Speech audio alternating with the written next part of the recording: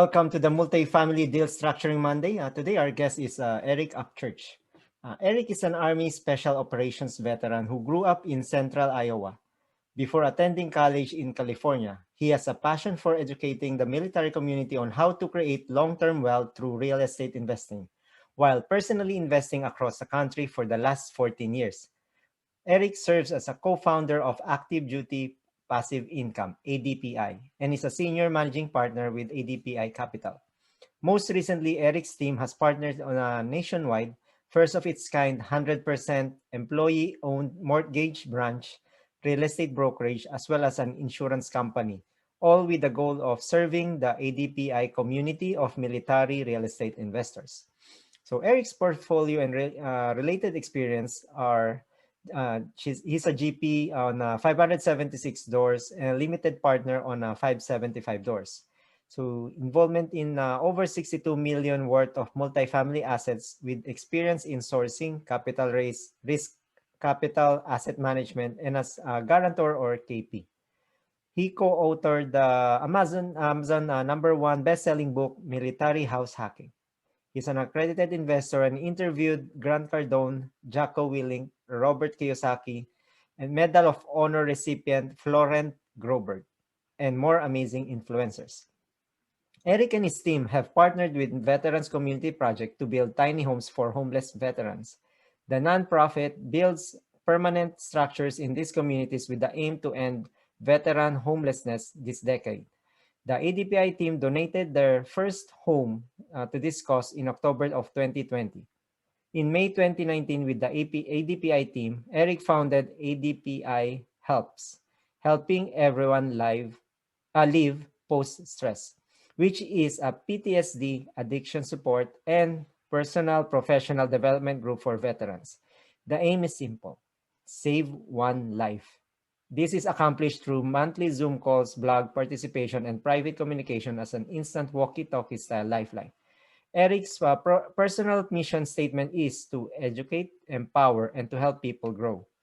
Through his trials in the military, he has clarity that anything is possible if you think it is. Mind over matter. Here's the interview.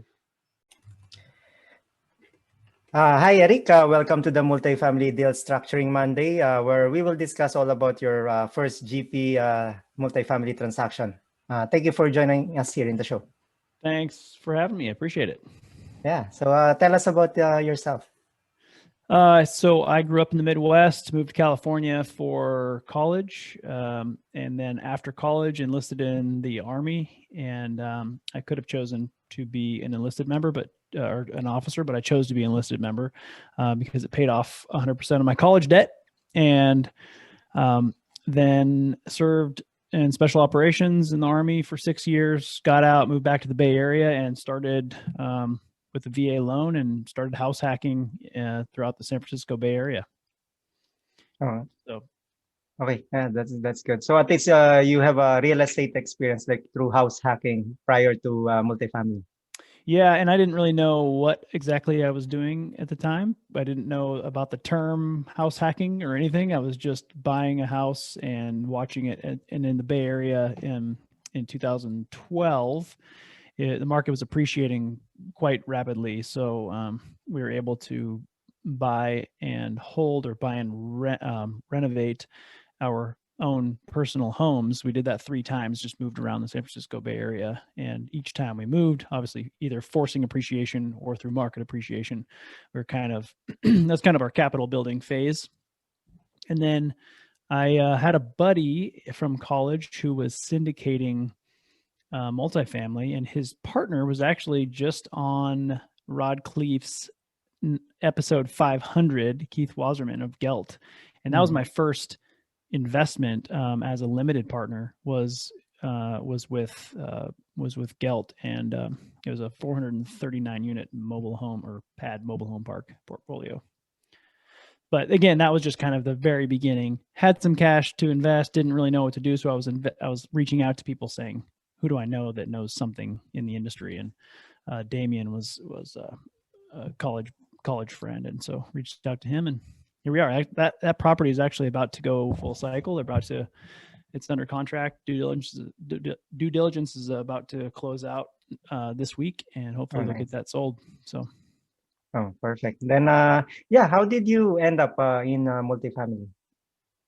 Just so started out by, like I said, kind of figuring out if I could invest in multifamily and learning a little bit about the ropes of that. And then a partner of mine from Active Duty Passive Income, he said, "Hey, I've got a free ticket to this boot camp down in LA." And it was Rod's boot camp down in LA, and I'll give you my ticket, just go.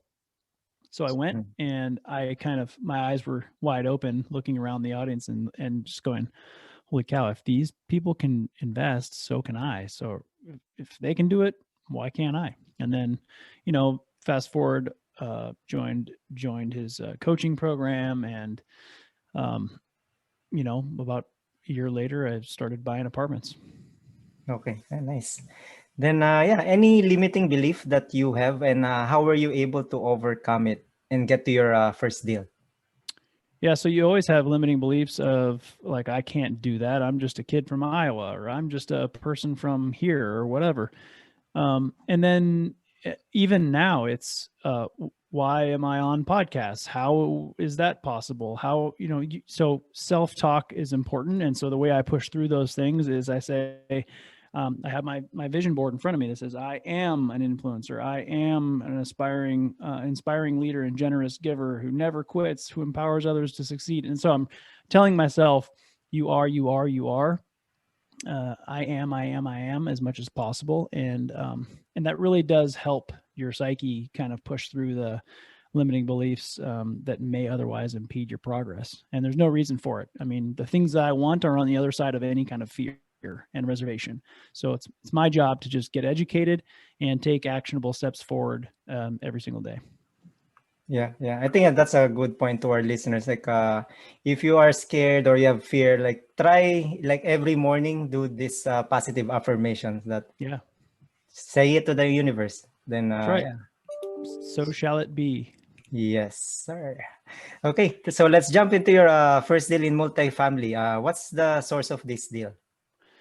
So we had a deal fall in our lap from a broker relationship. One of my partners in the same market had closed on a 56 unit, and that same broker brought this deal to us off market. And so broker relationship off market deal. It was an 80 unit deal. Okay. Then which area is it? It's in near Indianapolis. Okay, Indianapolis. Then 80. Mm-hmm. 80. Yeah. Then what class of property is this? It's a C+. C+. Okay. Working class. Good. It's actually in a tertiary market, but yeah. Yeah. Then what's the story of this property? Why is the seller selling? Yeah, so the seller was aging. Seller was actually lived in Japan, so that was one of the things to look for, really, that we like to look for and take our time with is a property that has a good story that comes along with it. And that was this property. The owner was having a hard time keeping up with deferred maintenance, not really putting a lot of time into asset management, and so there was a lot of value for us to add to the property because I feel like mostly because he was so far away that, communication from overseas, trying to manage an asset, it's a couple days delay each time you're trying to correspond with your property management team. And his PM team really was just a little old lady who lived in the units, and she was in the leasing office whenever she felt like going, Mm-hmm. So, and we found that out very quickly from the tenants after we did a survey. They were glad that she was replaced because they weren't getting the service that they needed. So, okay, yeah, I think it. Then, for this property, when you got or I don't know if did you get any T12 and rent roll, since it's kind of like a mom and pop? Yeah, we did. We had to piece together some things, if I recall, but we did. He did actually have some. He had an accountant, and there was some information that we could run our analysis on. Okay, sounds good. Then, anything in the T12 or rent roll that stands out? when Yeah, a you're couple things. I mean, expenses were high and revenue was low compared to what we had our property management team in the area, really give us a solid analysis of what they felt we could push rents to. And we are very close to doing that on time or even a little bit early. So that was accurate, but then just going line by line and looking at expenses, we increased the value of the property by $100,000 instantly just by reviewing the trash contract. nice. So, pretty simple little thing like that, but does well by the property, does well for our investors, and a very, pretty simple thing. So we're constantly, looking at cable contracts and trash contracts, and can we bill back water at a higher rate, or another thing we're doing right now is increasing garage rents. We have 44 garages on property, and they're currently renting at $25 to $35 a month, give or take, and market rent on a garage is $50. So we're going to be increasing those in the next 12 months as we turn units. Oh, that's good. Then, what's the original asking price on this property? It was 3.5, I believe, and we got it under contract for 3.25. Okay, cool. Then what was the economic occupancy of the property when you bought it? So 90 for 90 was physical occupancy. Economic occupancy was right around 80. Right after we purchased it, physical occupancy dropped to around 82 or so percent, but we had underwritten the entire first year at 84% physical occupancy. So currently, as we stand, we just hit the 1 year mark on ownership of that property, and we're at 98% physical and about 92% economic occupancy. Wow, that's so it's doing really well. Yeah. Okay. Then, for the financing, like how does the financing break down on this property? So we raised $1.25 million, Freddie Mac, SBL, pretty standard, 4.4 with 3 years IO. So nothing too fancy, but relatively streamlined. Okay, so 4.4 interest, then you need to raise 1 million. Then what's your LTV when is it like 75 or 80? It was 80. Yeah. 80. Okay. Then the loan terms, how many years did you get it for? 10 years. For 10 years. Okay. Yep. Yeah. Then what's your CapEx budget on this deal?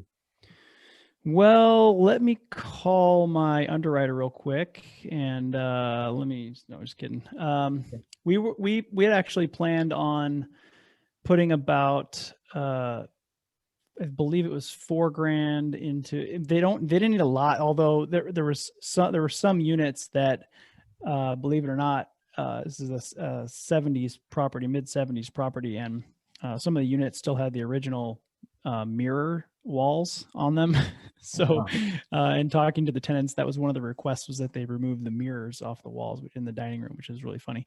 But it's about $4,000 a unit to turn, and some of them it's kind of strange because we have units that are 1,452 square feet, 3 bedrooms, two-story townhouse units, and those can be upwards of 6 if we're just kind of doing some basic two-tone paint and new flooring and stuff like that. So that was something that we still haven't renovated all the units, so it's as they turn. We've only had the asset for about a year. So okay, that's nice. Then are you planning to renovate everything or just half of it?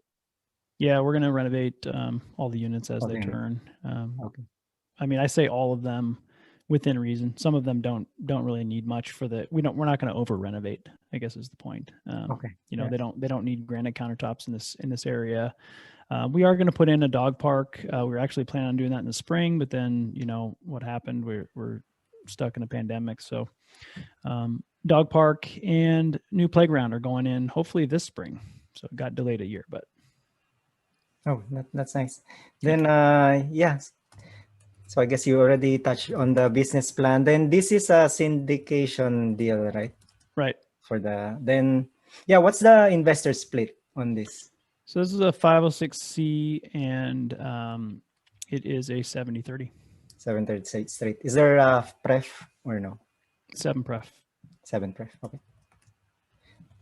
Then what's the average cash on cash and IRR on this, if you remember? 10 and 15. Pretty standard, but that's a model we kind of seek out, Okay. Then let's go to the second section of the interview, is the due diligence.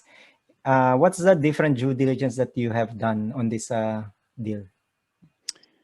As far as inspections and everything goes, I mean, we actually did. We had the asset man or the property management company do most of the due diligence for us. Our partner that has another asset there was able to walk the units and things, but as far as the lease audit and coordinating all the inspections, we actually had our property management team do most of that. So we were relatively hands off. I know that's not ideal, and I wouldn't do that now going forward, but at the time we felt comfortable with the property management team locally there that we knew we were going to use for this asset, and they proved to us that they were capable, and they did a great job. So okay, oh, that's nice. So at least no, I mean, do you have boots on the ground on, I mean, at least part of the GP or the active operator? we don't have anyone locally there, no. Okay, but at least the good things, the property management. So you really need to filter. Yep. Yeah, I think that's one point for the listener. If you will not have anyone there, you just need to make sure you make the right selection on which property management company. Absolutely. I mean, interviewing your PM and making sure, and they manage one other property for us there, and they're helping us analyze other deals in the area now constantly. So, and we've worked with them long enough that they obviously want to do more business with us, and they know we're capable of doing it. So, yeah, it's good partnership. Yeah, that's great. Then then the next section is the capital raise. I think you mentioned already 1.1 M was needed to be raised. Yeah, give or take. Mm-hmm. Yeah. Then how many investors participated? We had close to a dozen, I believe. Dozen. Okay. Yep. Then what's their average investment, if you recall? About 100K. 100. Okay. Then how long did it take for the whole capital raise? Well, interesting story. We exercised 2 extensions on that. And I'd recommend anybody listening to this that's doing their first deal that you start raising capital right now, even if you don't have a deal. So you're finding deals and you're finding money at all times. And one thing, as we're building this business, ADPI, active duty passive income, as well, what we could do better now, or we will do now better, is as we're finding deals and getting them underwritten, we're also raising capital. I mean, we're constantly raising capital, but getting commitments sooner would be ideal for us. That was one learning experience that we had, was be more prepared on the commitment side. Yep. I think that's a good point. Like, it doesn't happen like as people, I think on the single family space, they're saying as long as you have a good deal, money will come, but not on the multifamily. Yeah, it's totally.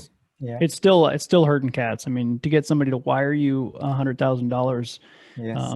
Unless you have years and years of track record and they've done many deals with you, that scenario is easy. But the rest of them, I mean, think about, everyone is busy. Everyone has their own life, and while they do want to invest, analyzing your deal and going through your webinar and reviewing the PPM and things like that aren't their priority in life. So raising capital is something that takes quite a bit of your time.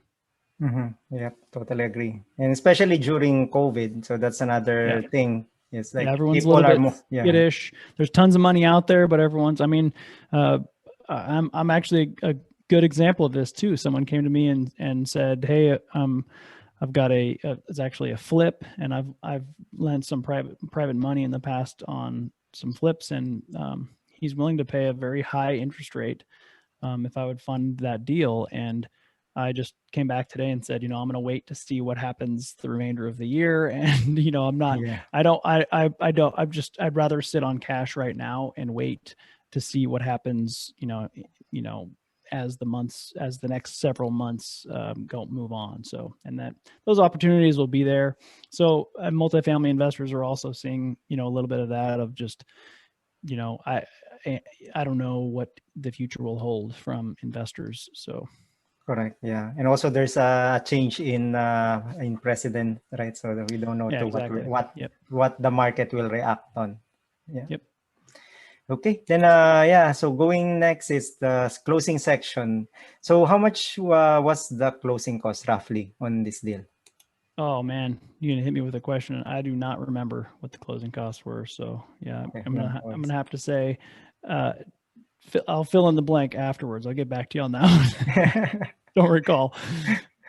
Okay. Yeah. Then, but how long did it take for the closing, like from LOI or PSA? Yeah, it was too long. It was 4 or 5 months total. It was a long time. I mean, like I said, we did exercise 2 30-day extensions where our money went hard. Each 30 days, half our money went hard. And that was, partially for some issues that came up and partially for with just the finance and stuff. But then also with the capital raise, we needed a little extra time also. Yep.